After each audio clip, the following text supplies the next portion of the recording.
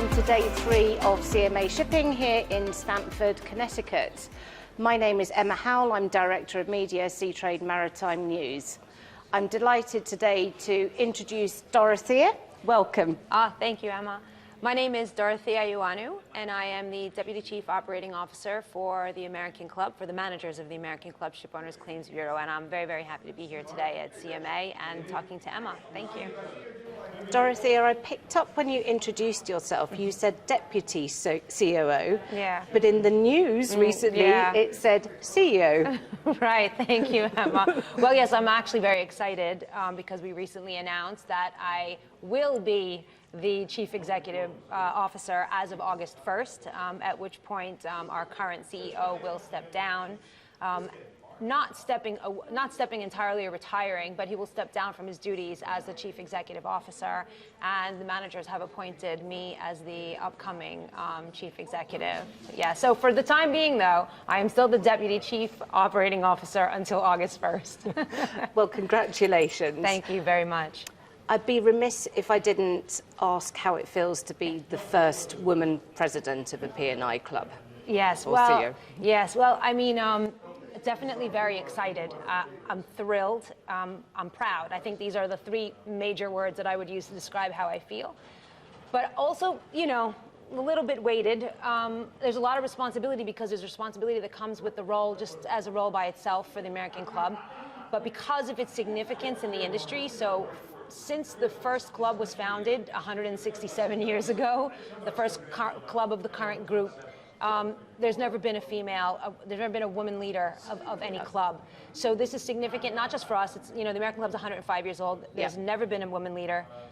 And so I will be first there, and I will be first from an industry perspective. Yes. And the truth is that the P&I sector for marine insurance lagged a little bit behind the rest of the players in the market. So we've seen a female leader of Lloyd's. We've seen also leaders on the broking side. We've seen leaders on the hull side.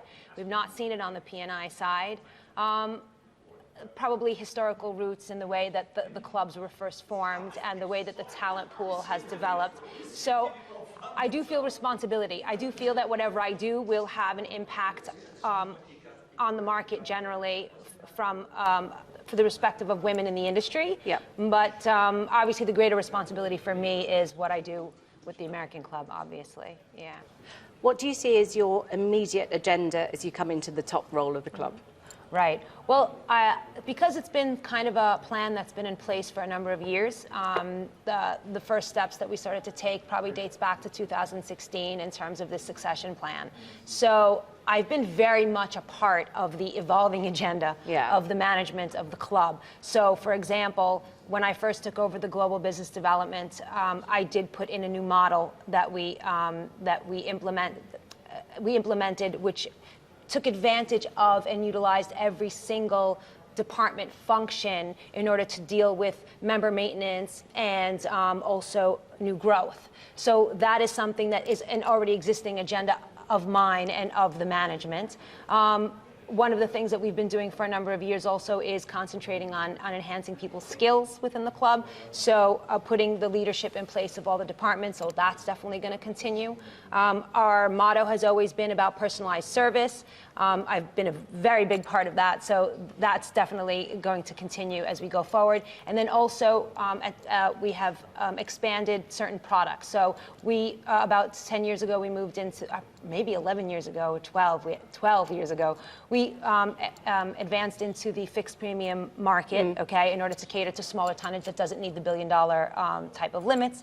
So that has steadily been growing, and that's basically year on year, somewhere around a 10% growth. So we're putting a lot of our efforts in increasing that side of things as well, as a complement to the mutual. As we do the steady growth, which is a part of the business development program that we have. A few years ago, we also expanded into hull, yes, and recently we also expanded that license to do P&I as well.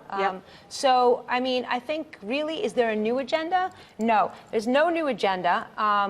new faces, and probably not even a new face, because I've been with the club since 2005. Yeah. So it's really, it's really, I mean, I've been with the club for 17 years now. Yeah.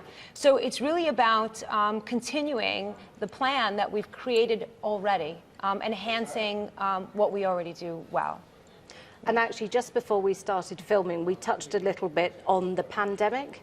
Yes. And I think that's an interesting point to go back to, because you were talking about how that also impacted how you do business, Yes. and now for the better as well. Could you expand on that? Okay, so one of the things that we were already in the midst of also, which was a big part of our agenda, was a digitalization transformation and a systems transformation. So obviously in today's world, efficiencies require systems, right? Yeah. And we were already in that process. And then when 2020, when the pandemic hit, major disruption, right? We were all used to doing business a certain way. I would say at that point we were about 50% still paper, you know? Obviously that had to change overnight. So all of a sudden we had to put into place virtually a process to get us 100% paperless within that period.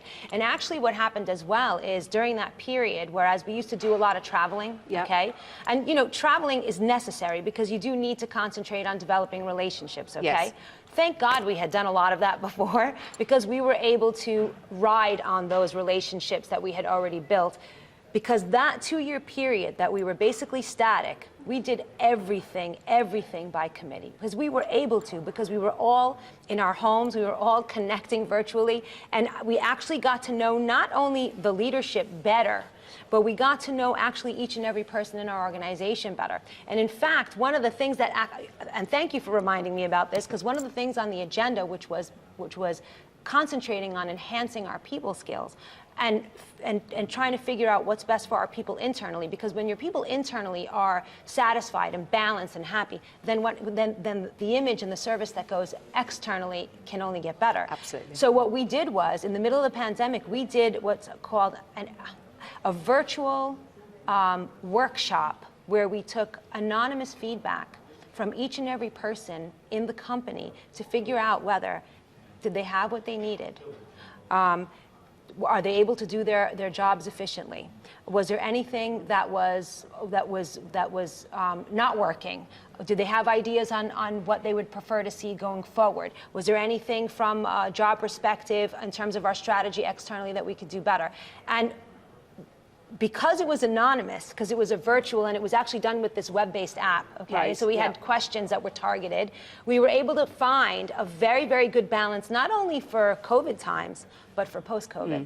So now we have a much better plan going forward, and we have happier people. And so people are more vested because they also feel, and not that they feel that they were heard, they were heard. So the plans that we put in place post-COVID are based on the feedback we got from our people. So that was also, and that will continue, and that will be a developing part of our agenda as we go forward. How many people did that survey? Oh, the whole company. So we're just a little bit under 100 people globally. Right. So yeah, and we did it by department, right? Yeah. So that we could figure out, was there a specific problem with any particular department, okay? Yep. And then we also did it from a leadership. So we had the head of each department have a separate session, even though they had done a session with their teams. And then what we did actually too is we shared that data with the leaders of each department, who were then responsible to put together their own strategy plan for their own department. Excellent. Yeah. Yeah. Dorothea, with the proposed merger of North and Standard clubs, is P&I set for more consolidation? Ah, the question of the hour. So what I think, you know, people have been asking me, you know, is this the beginning of major consolidation? I don't have a crystal ball. I can't say what's going to happen, but I can tell you what this means. This means that the market has one less choice in terms of options for P&I. That's a fact, okay? Now, let's remember that the P&I clubs were created by the ship owners. Each and every club was created by the ship owners. I think that if they didn't want to have that many options, not all of us would be here today. So I think it does remain to be seen. I think that options and choices are a good thing for any market and any sector. The unique thing about this merger, which needs to be said, is that You'll remember suggested mergers in the past didn't work. Okay, these particular two clubs are similar in that they have a commonality both of corporate structure as well as regulatory framework and body. Okay. A mutual is not a stock company. One can't buy the other, okay? So you have to have a lot of different pieces in place in order for something like that to work. And it's probably gonna take like some time to get it all done. But when you have two clubs where the management is owned by the clubs themselves, okay? And they have all the same regulatory bodies. So I think in this case, we're talking about UK, I think Ireland, Bermuda. I think Standard also has an Asian regulatory body, but that's the only anomaly. The rest is all the same. Their corporate structure is the same. So that makes for a conducive environment for a merger, okay? And then, though, if you think about what their strategy is, the strategy really isn't about consolidation. It's actually a competitive strategy that they're taking. At least that's what I've understood from listening to their talks and the articles. It's about competing with the big guy, and we all know who the big guy is, okay? And the big guy had a very, very big gap as between that and the rest of the group. So I think that angle is that. So I don't think that we're going to see like this whole slew of, but I could be wrong. I don't have a crystal ball, but I do believe, and knowing with my experience, that ship owners like choice. So we'll have to see. The impact of larger, more frequent claims on P&I, and what can an insurer such as American Club do about this? Okay, good question, because right now we are experiencing historical highs, especially on the pool. So if you look at the last 3 years and compare it to the 3 years prior, it's almost double in terms of exposure. Our own exposure of our contribution to other clubs' claims has doubled in that period. Okay. What does this mean? Well, it just means what it always means, that the market goes through cycles. If you look at the period of between 2010 to 2015, we were very lucky because we had a relatively benign claims environment. And what did that do? That created the perfect platform for alleviating pressure on owners with rates, okay? Because don't forget, it's a ship owners mutual, so we have to go with the needs also of the ship owners. So we did some studies and we showed that during, I think, the last 6-year period, and again, always remember, claims precede rates, okay? So first you see the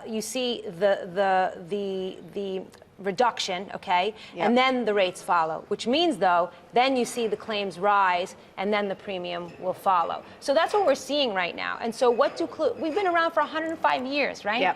Obviously, we've gone through a number of storms, okay? So what do we always do? We study and we look at where are the claims going. We have a super team on loss prevention. We have an excellent team on the claims. We have claims committee. We have a loss prevention committee at the board level, and they study data, right? Yeah. They study data and they look and they see where's the common cause. I'll tell you one thing: regardless of where technology is going, the common cause is the human element. Okay. The number one cause of most of the claims has to do with people making mistakes, and that's why you need insurance like P&I, right? Okay. So what do? We try and figure out. Okay, right now, though, probably I would say there's special circumstances because we're seeing historically high levels of inflation. Inflation hits everybody. It doesn't only hit the cost of you living in your home. It's going to hit the cost of claims, because if you have a cargo claim related to any type of commodity or product, that product's going to cost more. So if there's damage, the claim's going to be greater. And also, if you look at just people's lives and medical costs, we cover that, right? So medical costs are going up. The claim to take care of people when they get sick and they get injured is going to go up. So these are the things, though, that you have to take into account looking forward. It's not something that we can obviously fix looking back. But we have a good team. What we do all the time is we analyze data. We have one of our regional head of claims, Molly McCafferty, actually going to be speaking this afternoon at this conference on social inflation and its impact on claims. So during the benign period, obviously, the rates came down because it was reacting to that market. Well, now you saw most of the clubs were very transparent about the need for higher levels of premium, and so that's what we're going to work on. That's what we did at the last renewal. You have to find the right balance, because we're not looking. Remember, the clubs are nonprofit; they're nonprofit mutual. So all we need is enough premium to pay for the claims, okay, and to meet the capital requirements because we're regulated financially. So it's about finding that sort of happy medium balance to do that and follow the cycle. And so we're just going to continue what we always try and do.